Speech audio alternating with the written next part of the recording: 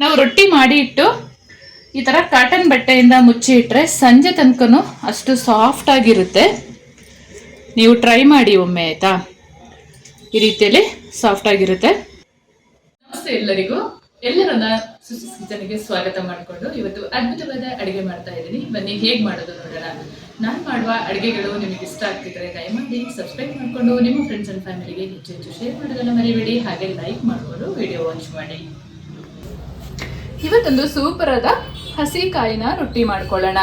ಚಪಾತಿ ಅಷ್ಟೇ ಸಾಫ್ಟ್ ಆಗಿರುತ್ತೆ, ಮಾಡೋದು ಕೂಡ ತುಂಬ ಸುಲಭ. ನಾನಿಲ್ಲಿ ಒಂದು ಕಾಯಿನ ಕಟ್ ಮಾಡಿ ಇಟ್ಕೊಂಡಿದ್ದೀನಿ. ಬ್ಯಾಕ್ ಸೈಡಲ್ಲಿರುವ ಬ್ರೌನ್ ಕಲರ್ ಎಲ್ಲ ತೆಗೆದು ಸಣ್ಣದಾಗಿ ಕಟ್ ಮಾಡಿ ಇಟ್ಕೊಂಡಿದ್ದೀನಿ. ಒಂದು ಮಿಕ್ಸಿ ಜಾರಿಗೆ ಸೇರಿಸ್ಕೊಂಡು ಒಂದು ಅರ್ಧ ಕಪ್ಪಷ್ಟು ನೀರು ಸೇರಿಸ್ಕೊಂಡು ನೈಸಾಗಿ ಗ್ರೈಂಡ್ ಮಾಡ್ಕೊಳ್ಳೋಣ. ಈ ತೆಂಗಿನಕಾಯಿ ಪೇಸ್ಟ್ ಕೂಡ ನಾವು ಅಕ್ಕಿ ಹಿಟ್ಟನ್ನ ಮುದ್ದೆ ಕಟ್ಕೊಳ್ಳುವಾಗ ಇದು ಅಳತೆ ಕೂಡ ಇರುತ್ತೆ. ಈ ತೆಂಗಿನಕಾಯಿ ಏನು ರುಬ್ಕೊಂತೀವಿ ಆ ಒಂದು ಪೇಸ್ಟ್ ಕೂಡ ನೀರಿನ ಅಳತೆಗೆ ಸೇರ್ಕೊಳ್ಬೇಕು. ಈ ಪೇಸ್ಟನ್ನ ಒಂದು ಬೌಲಿಗೆ ಹಾಕೊಂಡು ಅಳತೆ ಮಾಡ್ಕೊಳ್ಳೋಣ. ನೋಡಿ, ಒಂದು ಬೌಲಷ್ಟು ತೆಂಗಿನಕಾಯಿ ಪೇಸ್ಟ್ ಸಿಕ್ಕಿದೆ. ಒಂದು ಪಾತ್ರೆ ಬಿಸಿಗೆ ಇಟ್ಕೊಂಡು ನಾವು ತೆಂಗಿನಕಾಯಿ ಪೇಸ್ಟ್ ತಗೊಂಡಿದ್ದ ಕಪ್ಪಲ್ಲೇ 2 ಕಪ್ಪಷ್ಟು ನೀರು ಸೇರಿಸ್ಕೊಳ್ಳೋಣ. ಸೇಮ್ ಬೌಲಲ್ಲಿ 2 ಬೌಲಷ್ಟು ನೀರು ಸೇರಿಸ್ಕೊಳ್ತಾ ಇದ್ದೀನಿ.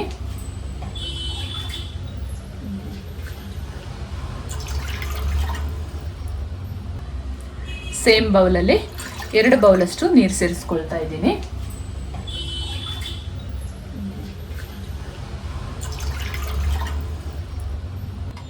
ನೀರು ಈ ಥರ ಸಣ್ಣದಾಗಿ ಒಂದು ಕುದಿ ಬರುವಾಗ ತೆಂಗಿನಕಾಯಿ ಪೇಸ್ಟನ್ನು ಸೇರಿಸ್ಕೊಳ್ಳೋಣ. ಚೆನ್ನಾಗಿ ಮಿಕ್ಸ್ ಮಾಡ್ಕೊಳ್ತಾ ಒಂದು ಕುದಿ ಬರಲಿ. ಆಮೇಲಿಂದ ಉರಿ ಕಡಿಮೆ ಮಾಡಿಕೊಂಡು ಅಕ್ಕಿ ಹಿಟ್ಟನ್ನು ಅಳತೆ ಮಾಡಿ ಹಾಕ್ಕೊಂಡ್ರೆ ಆಯಿತು. ತುಂಬಾ ಚೆನ್ನಾಗಾಗುತ್ತೆ ಇದು. ಬೆಳಿಗ್ಗೆ ಮಾಡಿದರೆ ಸಂಜೆ ತನಕ ಕೂಡ ಒಂದು ಕಾಟನ್ ಬಟ್ಟೆ ಮುಚ್ಚಿಟ್ರೆ ಸಾಫ್ಟಾಗಿರುತ್ತೆ. ಒಮ್ಮೆ ಟ್ರೈ ಮಾಡಿ. ನಾನು ಹಲವಾರು ರೊಟ್ಟಿ ರೆಸಿಪಿಗಳನ್ನು ಅಪ್ಲೋಡ್ ಮಾಡಿದ್ದೀನಿ, ನೀವು ಹೋಗಿ ಒಮ್ಮೆ ಚೆಕ್ ಮಾಡಿ. ನೀರು ನೋಡಿ ಈ ಹದದಲ್ಲಿ ಕುದೀತಾ ಇರುವಾಗ ಉರಿನ ಕಡಿಮೆ ಮಾಡಿಕೊಂಡು ಅಕ್ಕಿ ಹಿಟ್ಟನ್ನ ಅಳತೆ ಮಾಡಿ ತಗೊಳ್ಳಿ. ನಾನು ನೀರಿನ ಅಳತೆ ತಗೊಂಡಿದ್ದೀನಲ್ಲ ಅದರಲ್ಲೇನೆ 2 ಬೌಲಷ್ಟು ತಗೊಂಡಿದ್ದೀನಿ. ಸ್ವಲ್ಪ ಹಾಗೇನೆ ಇಟ್ಕೊಳ್ಳೋಣ, ಯಾಕೆಂತ ಹೇಳಿದ್ರೆ ಆಮೇಲಿಂದ ಸ್ವಲ್ಪ ಸ್ವಲ್ಪ ತಿರುಗಿಸ್ಕೊಂಡು ಹಾಕೊಂಡ್ರೆ ಆಯಿತು.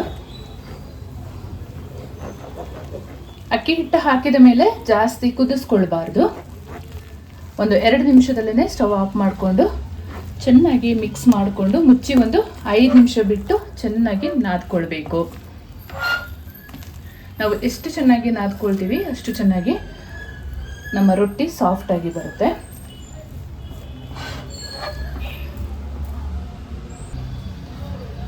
ಸ್ವಲ್ಪ ಅಕ್ಕಿ ಹಿಟ್ಟು ಇಟ್ಕೊಂಡಿದ್ದೆಲ್ಲ ಅದನ್ನು ಕೂಡ ಸೇರಿಸ್ಕೊಂಡು ಒಮ್ಮೆ ಮಿಕ್ಸ್ ಮಾಡಿಕೊಂಡು ಸ್ಟವ್ ಆಫ್ ಮಾಡ್ಕೊಳ್ಳೋಣ.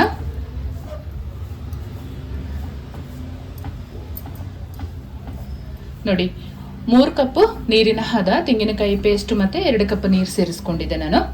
ಅಳತೆ ತುಂಬಾ ಮುಖ್ಯ. ಈ ಅಕ್ಕಿ ಪೌಡ್ರ್ ಎಲ್ಲ ಹಾಕ್ಕೊಳ್ಳೋಕ್ಕೆ 2 ಕಪ್ಪಷ್ಟು ಅಕ್ಕಿ ಹಿಟ್ಟು ಸೇರಿಸ್ಕೊಂಡ್ರೆ ಸಾಕು. ನೋಡಿ, ಈ ರೀತಿಯಲ್ಲಿ ಚೆನ್ನಾಗಿ ಮಿಕ್ಸ್ ಮಾಡ್ಕೊಂಡಿರಬೇಕು. ಇದನ್ನು ನಾದಿ ಕಲಿಸ್ಕೊಳ್ಳುವಾಗ ಕರೆಕ್ಟಾದ ಹದ ರೆಡಿ ಆಗುತ್ತೆ. ಈ ರೀತಿಯಲ್ಲಿ ಚೆನ್ನಾಗಿ ಮಿಕ್ಸ್ ಮಾಡ್ಕೊಂಡಿರಬೇಕು. ಇದು 5 ನಿಮಿಷ ಮುಚ್ಚಿ ಆಮೇಲಿಂದ ಕಿಚನ್ ಕೌಂಟ್ರ್ ಮೇಲೇ ಹಾಕ್ಕೊಂಡು ನಾದ್ಕೊಂಡ್ರೂ ಆಗುತ್ತೆ, ಇಲ್ಲ ಯಾವುದಾದ್ರೂ ಒಂದು ತಟ್ಟೆಗೆ ಹಾಕ್ಕೊಂಡು ನಾದ್ಕೊಂಡ್ರೂ ತುಂಬಾ ಚೆನ್ನಾಗಾಗುತ್ತೆ. ನಾದೋದು ಕೂಡ ತುಂಬ ಇಂಪಾರ್ಟೆಂಟ್ ಆಗುತ್ತೆ ಈ ರೊಟ್ಟಿಲಿ. ಮುಚ್ಚಿ ಒಂದು 5 ನಿಮಿಷ ಸ್ಟವ್ ಆಫ್ ಮಾಡಿ ಬೇಯಿಸ್ಕೊಳ್ಳೋಣ. ಮುಚ್ಚಿ ಒಂದು 5 ನಿಮಿಷ ಆಗಿದೆ. ಸ್ವಲ್ಪ ಬಿಸಿ ಇರುವಾಗನೇ ಇದನ್ನು ನಾದ್ಕೊಳ್ಬೇಕು. ನೋಡಿ, ಕೈಗೆ ಕೂಡ ಅಂಟಲ್ಲ, ಅಷ್ಟು ಚೆನ್ನಾಗಿದೆ. ನಾವು ರೆಡಿ ಮಾಡಿಕೊಂಡ ತೆಂಗಿನಕಾಯಿ ಹಿಟ್ಟನ್ನು ಸ್ವಲ್ಪ ನೀರು ಹಾಕ್ಕೊಂಡು ಚೆನ್ನಾಗಿ ನಾದ್ಕೊಳ್ಬೇಕು. ಬಿಸಿ ಇರುತ್ತೆ, ಬಿಸಿ ಬಿಸಿ ಇರುವಾಗನೇ ಚೆನ್ನಾಗಿ ನಾದ್ಕೊಳ್ಳೋಣ.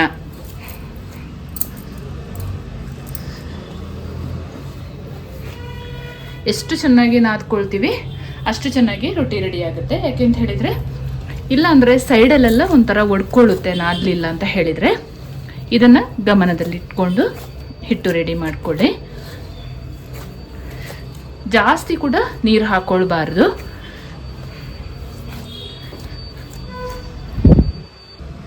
ಬೆಳಗಿನ ಉಪಹಾರಕ್ಕೆ ನಮ್ಮ ಕೊಡಗಿನಲ್ಲೆಲ್ಲ ರೊಟ್ಟಿನೇ ಮಾಡ್ಕೊಳ್ತಾರೆ ಜಾಸ್ತಿಯಾಗಿ.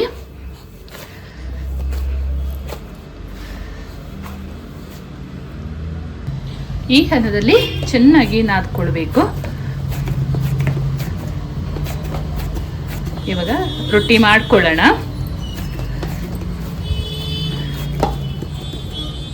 ಇಷ್ಟು ಸಾಫ್ಟಾಗಿ ರೆಡಿ ಮಾಡ್ಕೊಂಡಿರ್ಬೇಕು. ರೊಟ್ಟಿ ಮಾಡ್ಕೊಳ್ಳುವ ಮೊದಲು ಚೆನ್ನಾಗಿ ಒಮ್ಮೆ ನಾದ್ಕೊಳ್ಳೋಣ.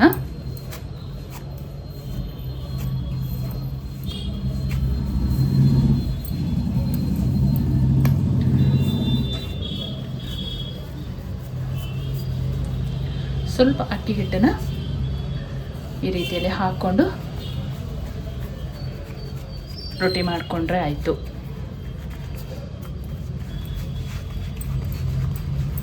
ಕೈಯಲ್ಲೂ ಮಾಡ್ಬೋದು, ಇಲ್ಲ ಚಪಾತಿ ಮಾಡುವ ರೂಲರಲ್ಲಿ ಕೂಡ ಮಾಡ್ಕೊಳ್ಬೋದು. ಸ್ವಲ್ಪ ಅಕ್ಕಿ ಹಿಟ್ಟನ್ನು ಮೇಲ್ಗಡೆಯಿಂದ ಹಾಕ್ಕೊಂಡು ಈ ರೀತಿಯಲ್ಲಿ ಲಟ್ಟಿಸ್ಕೊಂಡ್ರೆ ಆಯಿತು. ತುಂಬ ತೆಳ್ಳಗೆ ಕೂಡ ಮಾಡ್ಕೊಳ್ಬೋದು. ಈ ರೀತಿಯಲ್ಲಿ ತೆಳ್ಳಗೆ ಮಾಡ್ಕೊಂಡಿರಬೇಕು. ಇವಾಗ ತವ ಕಾಯಲ್ಲಿ ಇಟ್ಕೊಂಡಿದ್ದೀನಿ, ಹಾಕೊಳ್ಳೋಣ. ತವ ಬಿಸಿ ಆದಮೇಲೆ ರೊಟ್ಟಿನ ಹಾಕ್ಕೊಂಡು ಸ್ವಲ್ಪ ಒಂದು ಬಟ್ಟೆಯಿಂದ ಮೇಲ್ಗಡೆಯಿಂದ ನೀರು ಹಾಕೊಳ್ಳೋಣ.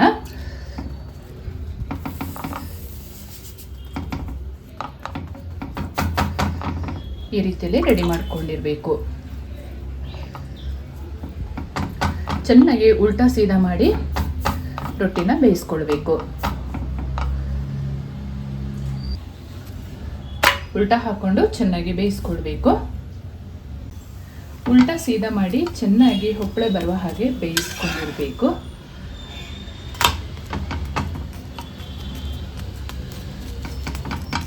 ಖಾರ ಖಾರವಾದ ಚಟ್ನಿ ಎಲ್ಲ ಮಾಡಿದರೆ ತುಂಬಾನೇ ಚೆನ್ನಾಗಿರುತ್ತೆ. ನಿಮಗೆ ಇಷ್ಟ ಇದೆ ಯಾವುದೇ ಪಲ್ಯ ಆಗಿರ್ಬೋದು, ಸಾಂಬಾರಲ್ಲಿ ಕೂಡ ಇದನ್ನು ಟೇಸ್ಟ್ ಮಾಡ್ಬೋದು. ಕಾಯಿ ರೊಟ್ಟಿ ಅಲ್ವಾ, ಹಾಗೆ ತಿನ್ನೋಕ್ಕೆ ಕೂಡ ತುಪ್ಪ ಹಾಕ್ಕೊಂಡು ಇದು ಚೆನ್ನಾಗಿರುತ್ತೆ. ಒಮ್ಮೆ ಟ್ರೈ ಮಾಡಿ ಹೇಗೆ ಬಂತು ಕಮೆಂಟಲ್ಲಿ ತಿಳಿಸೋದನ್ನು ಮರಿಬೇಡಿ ಆಯಿತಾ. ನಾವು ರೊಟ್ಟಿ ಮಾಡಿ ಇಟ್ಟು ಈ ಥರ ಕಾಟನ್ ಬಟ್ಟೆಯಿಂದ ಮುಚ್ಚಿ ಇಟ್ಟರೆ ಸಂಜೆ ತನಕನೂ ಅಷ್ಟು ಸಾಫ್ಟಾಗಿರುತ್ತೆ. ನೀವು ಟ್ರೈ ಮಾಡಿ ಒಮ್ಮೆ ಆಯಿತಾ. ಈ ರೀತಿಯಲ್ಲಿ ಸಾಫ್ಟಾಗಿರುತ್ತೆ. ತಪ್ಪದೇ ಒಂದ್ಸಲ ಟ್ರೈ ಮಾಡಿ. ರುಚಿಯಾದ ತೆಂಗಿನಕಾಯಿ ರೊಟ್ಟಿ ಈ ರೀತಿಯಲ್ಲಿ ರೆಡಿಯಾಗಿದೆ. ತಪ್ಪದೇ ಒಂದ್ಸಲ ಟ್ರೈ ಮಾಡಿ, ತುಂಬಾನೇ ಚೆನ್ನಾಗಿರುತ್ತೆ. ನಾನು ಮಾಡುವ ಅಡುಗೆಗಳು ನಿಮಗೆ ಇಷ್ಟ ಆಗ್ತಿದ್ರೆ ದಯಮಾಡಿ ಸಬ್ಸ್ಕ್ರೈಬ್ ಮಾಡಿಕೊಂಡು ನಿಮ್ಮ ಫ್ರೆಂಡ್ಸ್ ಆ್ಯಂಡ್ ಫ್ಯಾಮಿಲಿಗೆ ಹೆಚ್ಚು ಹೆಚ್ಚು ಶೇರ್ ಮಾಡೋದನ್ನು ಮರಿಬೇಡಿ. ಹಾಗೆ ಲೈಕ್ ಮಾಡಿಕೊಂಡು ವಿಡಿಯೋ ವಾಚ್ ಮಾಡಿ. ಮುಂದೆ ಅದ್ಭುತವಾದ ಹೊಸ ಅಡುಗೆಯೊಂದಿಗೆ ನಿಮ್ಮನ್ನು ಭೇಟಿ ಮಾಡ್ತೀನಿ. ಅಲ್ಲಿವರೆಗೂ ತುಂಬ ಹೃದಯದ ಧನ್ಯವಾದಗಳು.